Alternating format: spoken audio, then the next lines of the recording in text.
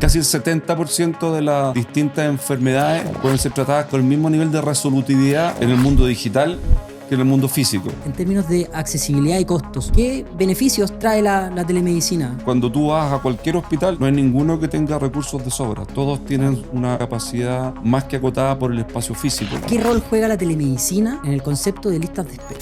En general, el mundo público en Latinoamérica no ha sabido dar respuesta a las poblaciones clase media baja. En todos los países, cual más, cual menos, esas poblaciones de salud no están atendidas. ¿Tú tienes alguna hipótesis de por qué finalmente la burocracia no permite que estas nuevas tecnologías se implementen? La población está envejeciendo. ¿Qué le dirías tú a esa persona que le cuesta un poco, ¿cierto?, dar el paso para confiar en la telemedicina? Nuestros profesionales han intervenido positivamente en 4 intentos de suicidio. ¿Cuál es la percepción de los médicos que tienen con respecto a la telemedicina? Al principio nos costaba encontrar doctores especialistas, no médicos generales, especialistas que vieran que la telemedicina y que la teleconsulta era algo que ellos quisieran hacer. Y hoy día te diría que eso prácticamente no ocurre.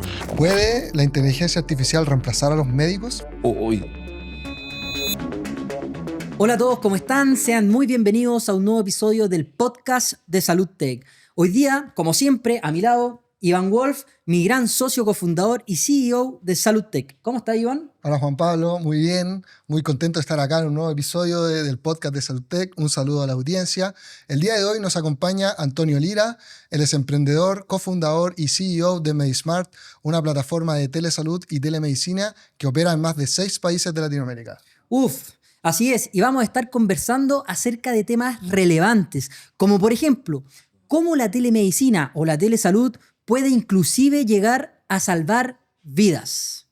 Y ahora, vamos con el podcast. Bienvenido, Antonio. Primero que todo, ¿cómo estás? Muy bien, gracias por la invitación.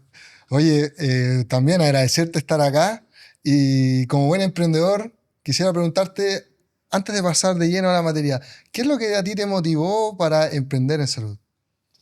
Es buena pregunta. La verdad es que les puedo contar de una experiencia personal. Yo ya tengo 47 años y cuando yo tenía 26, 27 años me detectaron colitis ulcerosa. La colitis ulcerosa es una enfermedad autoinmune que en términos sencillos son úlceras de colon y una enfermedad que uno lo pasa súper mal. Y desde ahí yo me he venido tratando, soy crónico de la colitis ulcerosa y al ser crónico de la colitis ulcerosa es una enfermedad que es cara. Una enfermedad que es súper cara de tratar. El costo total es como, no sé, 200 lucas mensuales. Claro, yo tengo ISAPRE, tengo seguros complementarios y me sale algo menos. Pero siempre me cuestioné cómo lo hace la gente que no tiene los recursos, que no tiene ISAPRE, que no tiene seguros complementarios, en donde las posibilidades de atención y control son mucho más complejas. Y siempre tuve esa espinita. Yo fui corporativo toda la vida y llegaron unos amigos a ofrecerme la oportunidad de emprender en salud. Pensé en esto y con otros temas que tenía en la vida y finalmente dije, ok, vamos, lancémonos y así parto. Y un poco de tu background en el mundo corporativo, ¿estabas trabajando en salud o algo nada que ver? No, yo vengo de un área nada que ver. Yo ¿Ya? siempre trabajé construcción, cemento, acero, minería, en área de finanzas, en área de estrategia. Buenísimo. No, nada que ver con salud. Pero sí, uno de nuestros socios fundadores es un doctor bien especial, porque no solo es doctor urólogo, sino también codifica, experto en data science, inteligencia artificial. Y él me vino a contar un poco de la salud del futuro, de cómo la visualizaba, y la verdad que me enamoré de la idea y dejé lo que estaba en el mundo corporativo y me lancé. Qué maravilla.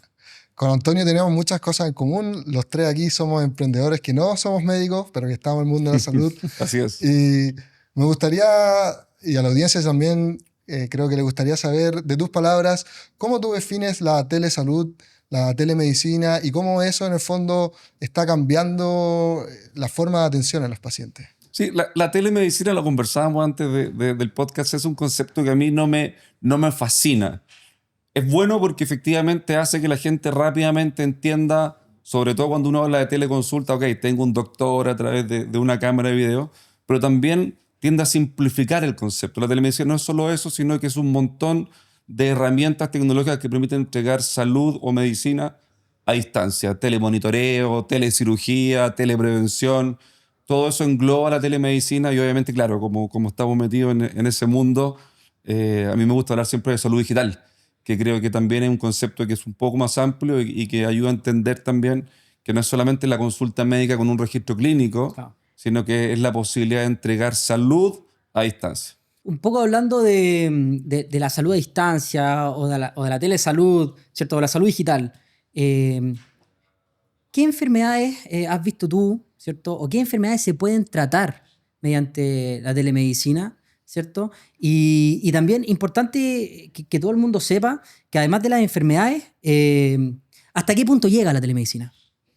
Sí, yo creo que uno de los grandes paradigmas cuando uno entra al mundo de la salud digital y cuando el público empieza a escuchar salud digital es que cree que el alcance es bien acotado. Quizás algunas urgencias leves es suficiente, pero la verdad es que cuando uno empieza a entender la potencialidad, se da cuenta, y estas estadísticas no son mías, son de la Asociación de Estados Unidos, de la Asociación de Médicos de Japón, que siempre miramos, casi el 70% de las distintas enfermedades pueden ser tratadas con el mismo nivel de resolutividad en el mundo digital que en el mundo físico. Efectivamente, emergencias leves, pero también temas dermatológicos, salud ocupacional, salud mental. O sea, hoy día la salud mental, casi el 90% de los problemas de salud mental pueden ser tratados Telemedicina. por telemedicina, salud a distancia. Entonces, la verdad que el espectro es muy, muy amplio y nosotros hemos tratado de abarcar siempre todo el espectro, ojalá. Buenísimo. Oye, Antonio, yo sé que en Medismar atienden a muchos pacientes al mes y no me cabe la menor duda que hay historias que te marcaron. Sí, ¿Podrías compartir con nosotros, obviamente de manera anónima, algún caso que sí. recuerdes? Sí, la verdad que hay dos cosas que se me vienen a la mente. Nosotros hoy día hacemos como 50.000, 60.000 consultas mensuales, que es como un hospital grande Grande, aquí en sí, Chile. Sí, claro. grande. Pero hay dos casos que se me vienen a la mente. Uno fue una mamá de la Florida que lo que terminó pasando es que su hijo estaba muy enfermo, con mucha fiebre, y llamó a lo que en ese momento se llamaba el SOS de la Florida, que es un servicio que nosotros dábamos. Eh, Atendieron al hijo, le mandamos los medicamentos a la casa. Nosotros tenemos un servicio de despacho de medicamentos. Estaba lloviendo, y la señora al día siguiente, ella misma decide grabar un video y nos lo envía a nuestro servicio al cliente, y lo envía desde su casa y nos cuenta desde su casa cómo nosotros habíamos ayudado a resolver el problema del hijo, que ella estaba desesperada, 2 de la mañana, con lluvia, el hijo con fiebre, no sabía qué hacer. El doctor le dio las cosas paliativas que tenía que hacer para reducir la fiebre. Ella estaba con impotencia porque además tenía otro hijo chico en la casa, ¿no? Y no podía salir, mamá soltera. Y la verdad que fue un video con harta emoción y nosotros, bueno, en algún momento lo usamos en nuestras redes sociales porque no, la verdad que nos conmovió a todos, pero sobre todo nos llenó de orgullo porque el agradecimiento de la señora es fundamental. Bueno, y también les contaba que nosotros tenemos una estadística que es dura, pero que refleja también el estado de la sociedad. O nuestros profesionales han intervenido positivamente en 4 intentos de suicidio, o sea que nos han llamado gente que tiene la intención de suicidarse. Nosotros tenemos un protocolo médico asociado a qué es lo que tenemos que hacer. Y evidentemente cuando ocurre eso se levantan todas las alarmas, se llaman a los organismos correspondientes, pero al mismo tiempo después nos llenamos de orgullo de decir, oye, ¿sabes qué? Aquí Bacán. finalmente salvamos unas vidas. Entonces, estas pequeñas cosas obviamente nos llenan de felicidad, nos encantan. Me imagino que con toda la experiencia y trayectoria que ya tienen ustedes desde Medismart, todavía se siguen topando, ¿cierto?, con algunos pacientes que desconfían un poco de la salud digital. Pero en términos prácticos, me gustaría que pudieras contar en el fondo, en términos de accesibilidad y costos, ¿qué beneficios trae la telemedicina en comparación a la salud tradicional? O sea, yo creo que faltan muchísimos pasos para que la gente sienta y crea que los servicios de salud digital son realmente una solución para los problemas de la salud. Yo creo que queda mucho rato. Cuando uno hace las comparaciones de las estadísticas de Chile o de Latinoamérica comparadas con las del mundo, estamos lejos. En Chile menos del 2% de las consultas son hoy día son teleconsultas. Los países más desarrollados pueden llegar a 8 o 9%. Estamos súper lejos. Latinoamérica, eso sí, hay países que están muy por debajo de nosotros. Y la verdad es que los beneficios son múltiples. De partida, en términos de accesibilidad, nosotros le podríamos dar servicio, y ustedes también lo saben, le podríamos dar servicio a personas en áreas rurales que tienen que viajar horas y horas para conseguir un especialista, y eso se podría conseguir de manera muy fácil a través de la telemedicina. En términos de costo también, generalmente, dado que el profesional es más productivo, no se tiene que mover, uno es capaz de ofrecer tarifas mucho más baratas que las que puede ofrecer cualquier servicio físico tradicional. No tenemos que pagar el ladrillo de los edificios y por lo tanto tenemos la posibilidad también de como compañía tener costos más eficientes. Y finalmente lo dije, pero la tecnología también ofrece herramientas de productividad. Entonces nosotros tenemos varias herramientas que hacen que el doctor solo se preocupe de atender a sus pacientes, no de estar escribiéndole el nombre, la historia familiar, Claro. porque todo viene dado. Y esa herramienta de productividad también se traspasa finalmente al costo y terminan siendo mucho más económicas que la salud más física tradicional. Sí, siguiendo con esa línea, bueno, yo he seguido de cerca a MediSmart, Gracias. los conocemos, estamos en el mismo rubro, ¿cierto? Atendiendo a los pacientes de manera digital.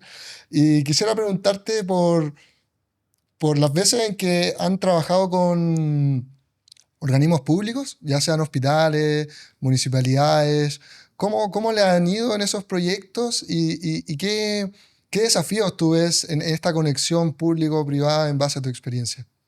La verdad que hemos tenido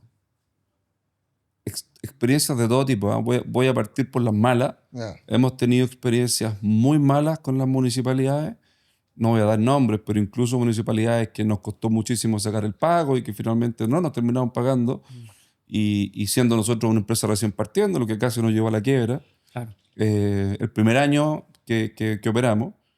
Eh, También municipalidades en donde hay ciertas personas que empujan, pero los silos claro. de los mismos directores médicos a veces son los principales detractores de estas nuevas soluciones innovadoras, que también cuesta mucho entrar ahí.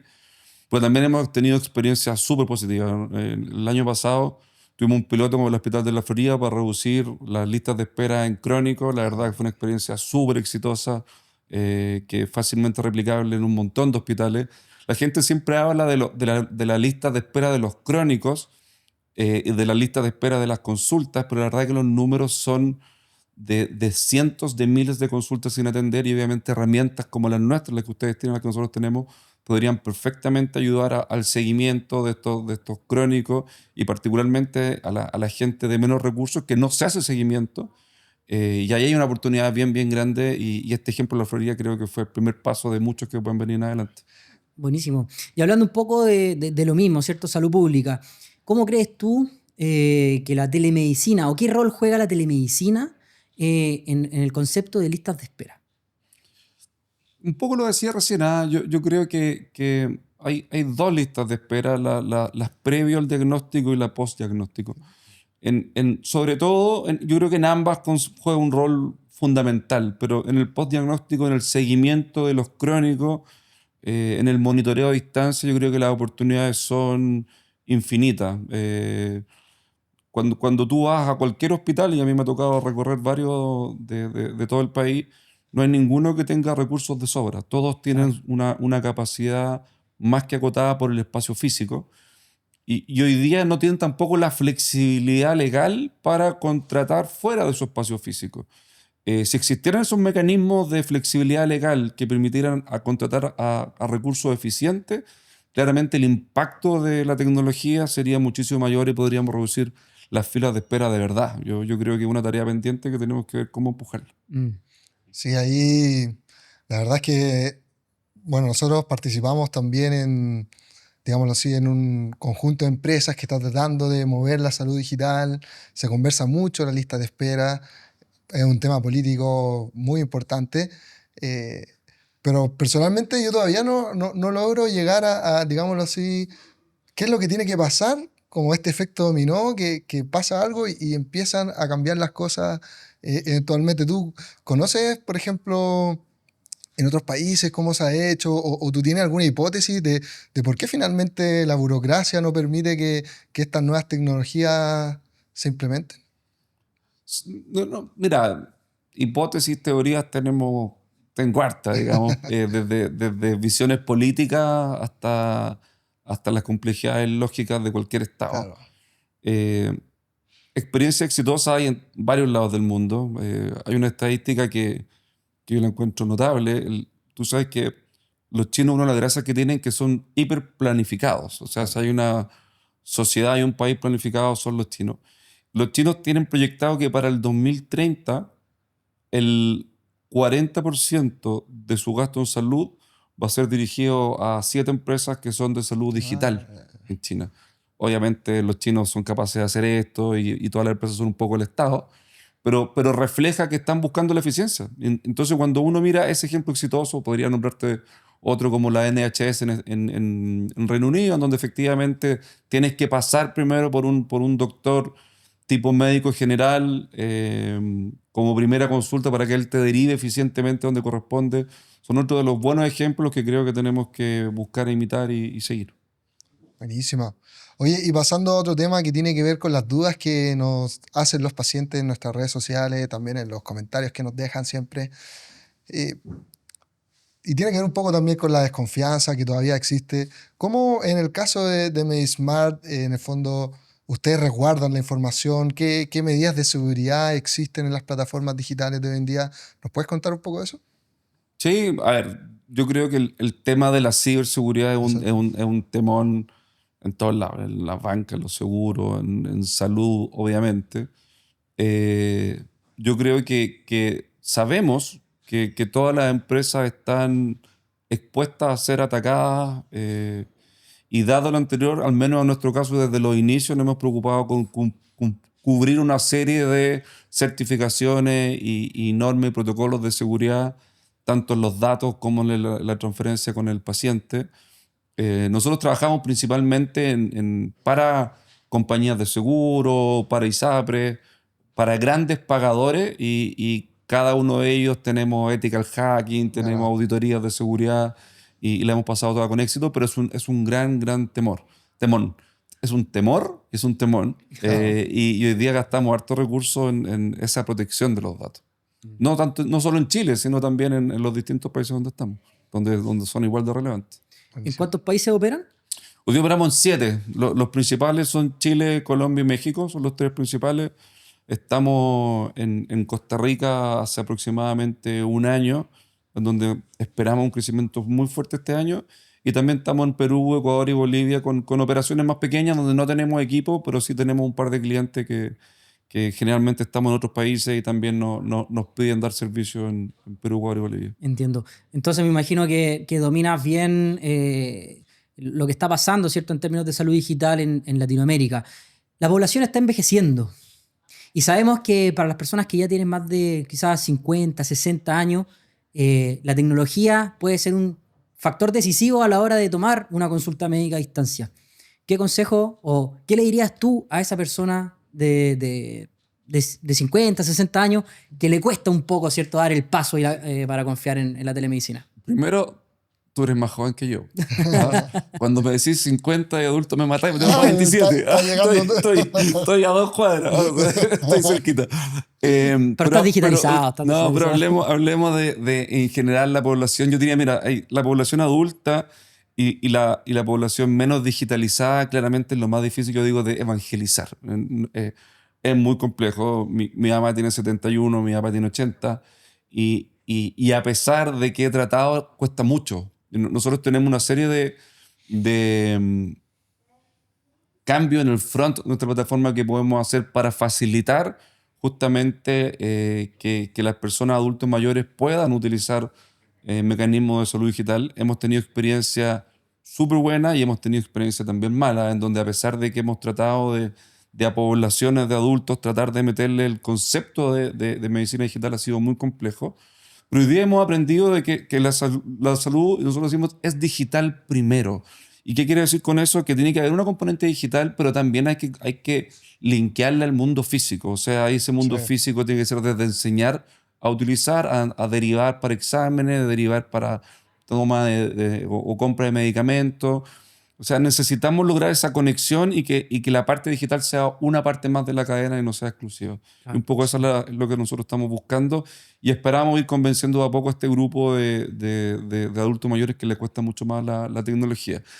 Y lo que hemos decidido hacer hace, yo diría, un año atrás, es que hemos creado lo que nosotros llamamos Not Platform, que es básicamente no usar plataforma, Ah, ok. y tenemos todo vía WhatsApp, porque hoy día la gente, incluso aunque sea adulto mayor, es capaz de manejar el WhatsApp, una herramienta del día a día, y la verdad es que nosotros nos pasamos harto tiempo cuáles son los límites correctos para el uso del WhatsApp, cumpliendo todas las leyes y normas de protección de datos también. Lo miramos harto.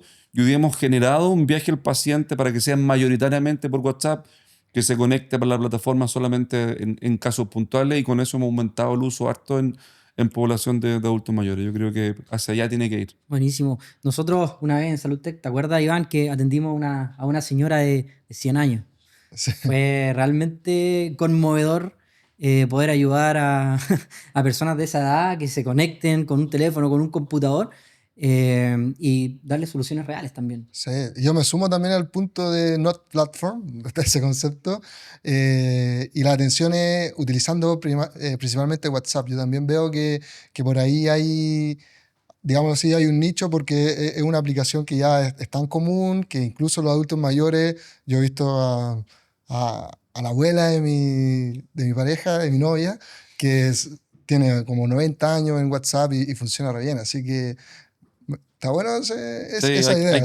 hay que buscar acercarse al usuario. Exacto, si el Finalmente, usuario está en WhatsApp, ahí mándale hay el que link estar, ahí, funciona. tal cual. Oye, y volviendo un poco al tema de la internacionalización, em, ¿qué tienen en común los pacientes de Perú, Chile, Colombia, Costa Rica? Algo en común tenemos, ¿o no? Me Sí, imagino. pues, hay hartas cosas en común. Yo diría que con excepciones muy pequeñas, en general el mundo público en Latinoamérica no ha sabido dar respuesta a las poblaciones clase media baja. Y yo te diría que en todos los países, cual más, cual menos, esas poblaciones de salud no están atendidas. Cuando uno mira los casos, partamos de los buenos. Cuando tú miras Colombia, cuando tú miras Costa Rica, son países que tienen sistemas de salud, el caso colombiano incluso copiado desde el chileno, Ujú. pero con mucho aporte estatal, que funcionan. Hasta hace 2 años funcionaba muy bien, hoy día están funcionando un poco peor, pero son sistemas donde la gente siente que tiene la cobertura necesaria, que tiene la velocidad de atención, que tiene la accesibilidad necesaria para la gran mayoría de las afecciones. Pero cuando tú vas a México, donde el gasto bolsillo es, en la última estadística, un 54%, la gente no tiene confianza en el sistema público para nada y simplemente no va. Y lo que hace cuando se enferma es o va a la farmacia, que le receta cualquier cosa, o va, se saca la plata del bolsillo y va a una clínica privada porque sabe que en el mundo público puede estar esperando meses y meses y meses y probablemente se va a morir antes que la atiendan. Entonces, yo creo que un factor común, estos malos sistemas públicos, o deficientes al menos, y que tienen toda esta clase media baja, sin una buena cobertura, sin una buena accesibilidad. Claro. Que al final son personas que tienen que recurrir a sus recursos para poder atenderse. Atenderse, así es. Sí. Y en ese sentido, y volviendo a la salud digital, hablamos del WhatsApp, de las facilidades de la telemedicina. ¿Cómo ustedes, MediSmart, me imagino que también están implementando algunas metodologías de inteligencia artificial para poder hacer un poco más personalizada la salud? Sí. ¿Han trabajado en algún concepto similar? Sí, en hartas cosas. Primero, nosotros tenemos una ideología desde los inicios, que no necesitamos desarrollar todo. Es importante que nos integremos con soluciones en salud que sean específicas, que sean empujadas por otros founders y que se logran buena calidad y las incorporemos en nuestro ecosistema de salud. Y ahí nosotros hoy día tenemos, para darle ejemplo, kinesiología con inteligencia artificial, Bueno. speech to text con inteligencia artificial, lectura de signos vitales a través de la cámara con inteligencia artificial, triage con inteligencia artificial. Varios de los que les estoy nombrando son integraciones con otras compañías que han desarrollado sus propias inteligencia artificial. Pero internamente también sabemos que es un área que tenemos que estar. Como compañía no podemos estar afuera. Y nosotros hemos desarrollado un concierge con inteligencia artificial que lo que busca es mejorar la experiencia en plataforma, encontrar los servicios de manera mucho más fácil, facilitar la interfaz con el usuario para que efectivamente pueda encontrar rápidamente la solución a los problemas en salud. Y hoy día estamos empezando a desarrollar agentes médicos Mira. y sí, y tenemos un equipo desarrollando agentes porque vemos que hay una oportunidad grande ahí en aumentar sobre todo la productividad de los doctores. Hoy día cuando uno mira las estadísticas de lo que nosotros hacemos, un 17% de las consultas perfectamente podrían haber sido resueltas por una enfermera, por una TENS, Claro. y estáis ocupando recursos mucho más valiosos de un doctor, porque no requerirían recetas, requerían orientación médica, Claro. y el día de mañana eso también, esa indicación claramente puede ser usado por inteligencia artificial sin ningún problema. Entonces ahí estamos desarrollando también a gente en áreas específicas como dermatología, otro tipo de aplicaciones como seguimiento acrónico. Entonces estamos con un área de desarrollo bien importante en el mundo de la inteligencia artificial. Y con esta apertura mental a buscar soluciones buenas en el Claro. mundo, que es verdad que hay muchísimo. Claro.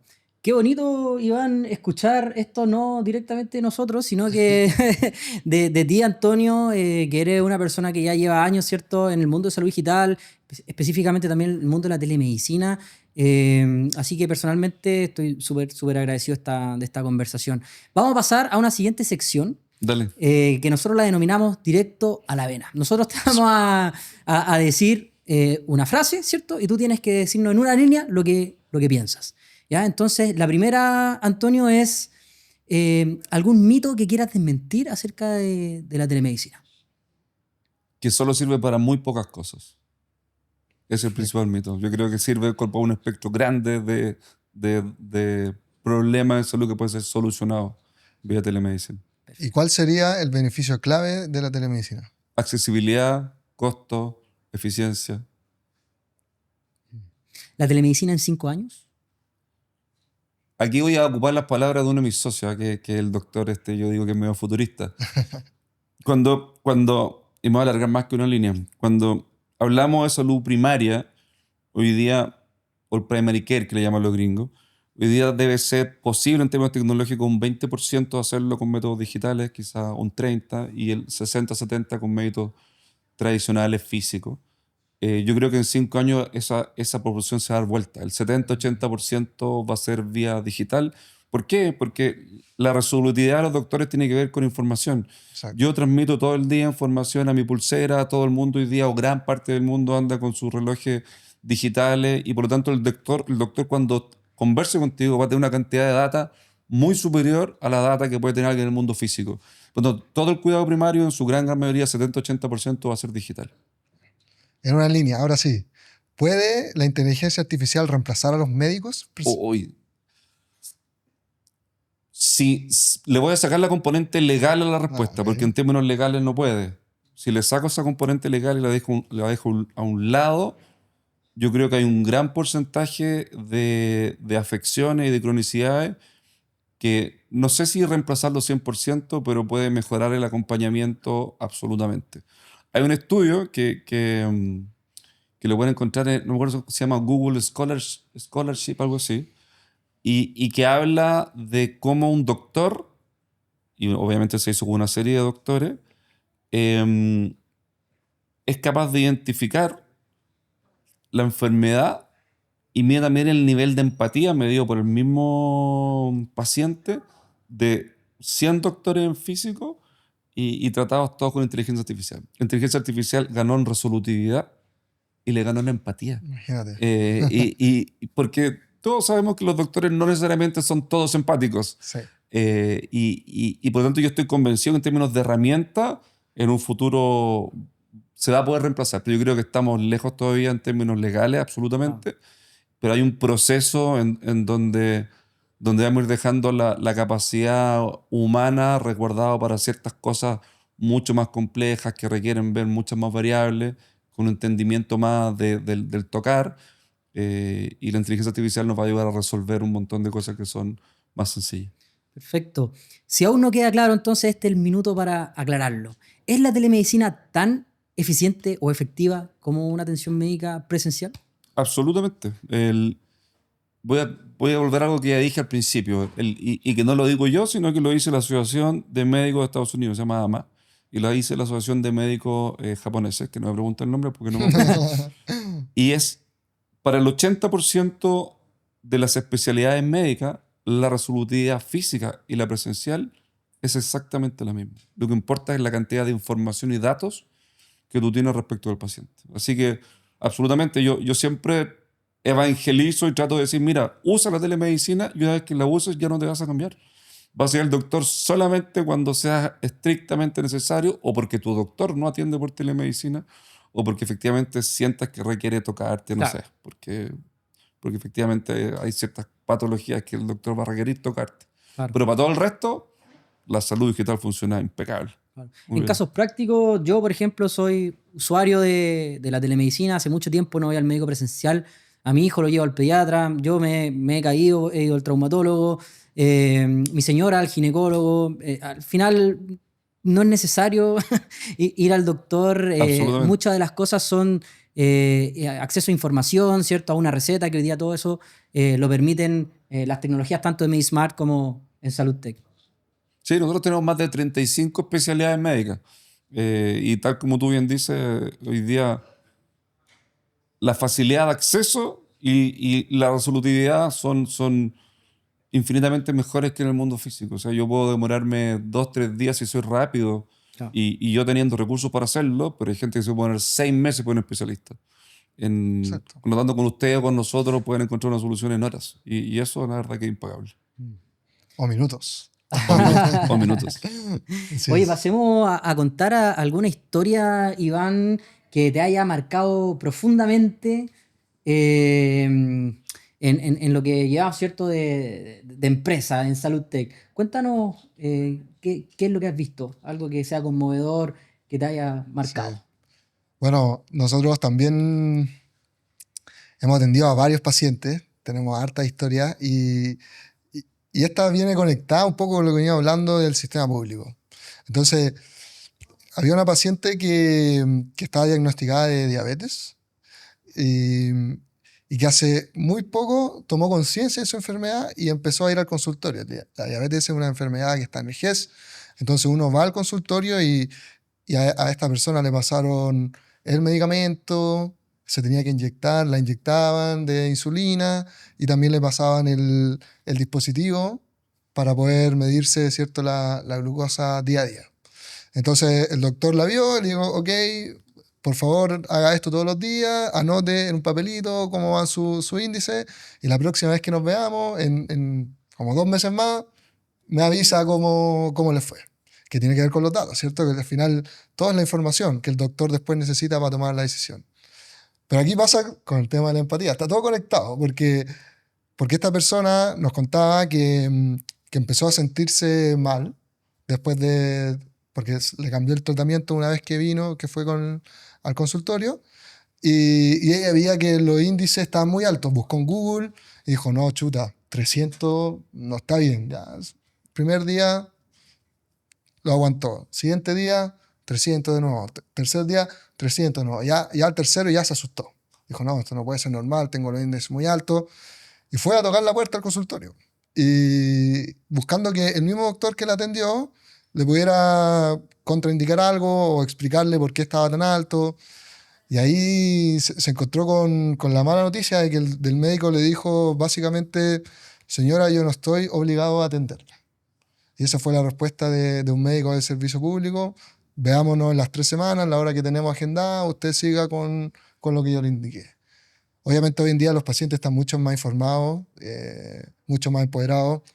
Entonces esta persona quiso buscar una segunda opinión y llegó a SaludTech y se atendió con una diabetóloga que tenemos en la plataforma. Como ya se había hecho los exámenes, tenía las mediciones, le entregó la información, la subió a la plataforma y la doctora pudo percibir de que en verdad para el caso particular de ella no estaba siendo idóneo el tratamiento, se lo ajustó y le fue bien, porque los siguientes días empezó a bajar el asunto y después volvió con el doctor y le mostró los papeles. Miren, fui por telemedicina, me dijeron esto. Y ahí prácticamente el doctor quedó plop. Tuvo que, digámoslo así, tragarse sus palabras. Y bueno, después la paciente nos contó que dejó el reclamo y por la forma en que el trato que recibió. Y básicamente el doctor tuvo que volver a atenderla y volver a ajustarle el medicamento.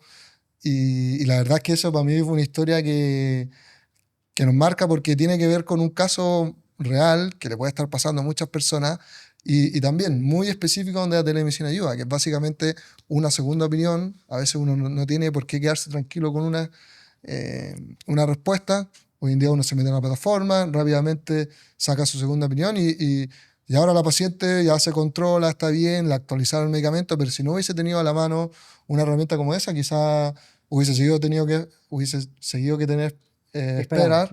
Y nada, ese fue un caso que me marcó. Un caso de un paciente crónico, ¿no? Me Bueno. imagino que en tu caso, Antonio, también has tenido historias. Sí, ya le he contado un par, pero se me vino a la cabeza una nada que ver. Que un piloto que lamentablemente no resultó. Ustedes saben que como startup hay que pilotear harto y muchas veces salen los proyectos y a veces no. Claro. Y este era un proyecto muy bacán que hicimos en México. En México tiene una realidad que desde Chile entendemos poco, ¿ah? Pero hay zonas en México. Esto era un proyecto en Oaxaca, que se escribe con X, ¿ah? Se dice con J, Ok. pues se escribe con X. Y Oaxaca es un estado que tiene como 1 millón y tanto de personas, en donde hay mucha gente que su primer idioma no es el español. Imagínate. Es un idioma local. Hay como 12 dialectos en Oaxaca. Y nosotros teníamos un proyecto con Oaxaca en donde teníamos un traductor de idioma local, el doctor, y está la persona. Ya en video, genial, que hay una señora de 65 años con una TENS eh, en un espacio de la municipalidad de Oaxaca y estaba hablando con un especialista que también era un diabetólogo, por eso me acordé, y un traductor. Y la verdad que la señora se logró dar a Buena. entender, el diabetólogo le entregó la receta, la verdad que funcionó extraordinario. Lamentablemente el piloto no salió, pero como experiencia fue súper buena. Qué Bueno. buena. Me imagino que en términos de salud mental también deben haber infinitas historias que contar. Sin ir más lejos, me gustaría, Antonio, que nos contara un poco también acerca de la percepción de los médicos con el pasar del tiempo. ¿Cuál es la percepción de los médicos que tienen con respecto a la telemedicina? Sí, yo te diría que en general es buena. Al principio, nosotros partimos hace casi 5 años, un poquito más de 4. Eh, y al principio nos costaba encontrar doctores especialistas, no médicos generales, especialistas que vieran que la telemedicina y que la teleconsulta era lo que ellos quisieran hacer. Y hoy día te diría que eso prácticamente no ocurre. Obviamente siempre hay un segmento de doctores mayores en donde les cuesta más tomar la decisión, pero por un gusto, no es porque no crean en. Hoy día yo diría que todos los profesionales de la salud creen en que esto es una solución que sirve efectivamente y por lo tanto están disponibles para hacerlo. Pero hace 5 años no era así. Yo creo que esa transformación ha sido súper buena y ha llegado también a transformación en ellos. ¿Ah? Hoy día el doctor se tiene que preocupar de cosas que antes no se preocupaba, desde mirar a la cara, de tratar bien por el nombre de las personas. La empatía también ha sido bien importante que ellos mismos la hayan ido transformando y yo he visto que ha sido así. Así que yo diría que hoy día están mucho más disponibles tanto los doctores como los profesionales de la salud en general a trabajar en formatos digitales. Así Ya que no hay una no, no, resistencia a la no lo tecnología. siento yo para nada. Quizás algo muy particular de alguien, pero en general hoy día no veo tema. Buenísimo. Oye, Antonio, y bueno, contarle a la audiencia, estamos con Antonio, emprendedor, CEO de MediSmart. Y, y ahora me gustaría que nos contaras cuál es tu visión a largo plazo de la salud digital. Cómo tú, que parte de tu trabajo es ser el visionario de la empresa, cómo tú ves esto no a 5, no a 10, sino a 50 años, Sí. 2050, 2060. ¿Cómo va a ser la salud del futuro? A ver, yo creo que de aquí a varios años, no sé, a 50 no soy tan visionario, ¿no? Pero de aquí a 10 años yo me imagino que este tipo de wearables Ok. que van a costar nada, probablemente lo va a estar usando todo el mundo. Mm. Van a ser parte de la salud pública, todos vamos a tener que usarlo. Claro. Van a conocer nuestros distintos estados de salud y que básicamente los problemas de salud van a ser monitoreados constantemente, permanentemente por distintas instituciones. Claro. Y que los centros hospitalarios van a ser solamente para aquellas enfermedades graves, agudas, operaciones, pero que todo el resto va a ser digital. Hay un video en YouTube de un Venture Capital que se llama Andreessen Horowitz, y que dice Health has left the building, y que dice básicamente que la salud dejó el edificio. Donde toda la salud va a estar fuera de los grandes edificios, va a ser desde tu casa, desde tu oficina, y la solución va a estar ahí. Y que solamente los edificios van a ser para grandes problemas críticos. Yo así espero que ocurra, no en 50, no tengo idea, yo creo que en 50 años quién sabe qué va a pasar, pero en 10 yo creo que así va a ser la salud. Me falta mi Apple Watch. Oye, creo que compartimos un poco la visión, ¿no, Sí. Iván? ¿Qué De piensas tú? Sí, de todas maneras. Yo también creo que tiene que ver con la información, con buen acceso a la data, digámoslo de alguna manera, el monitoreo constante.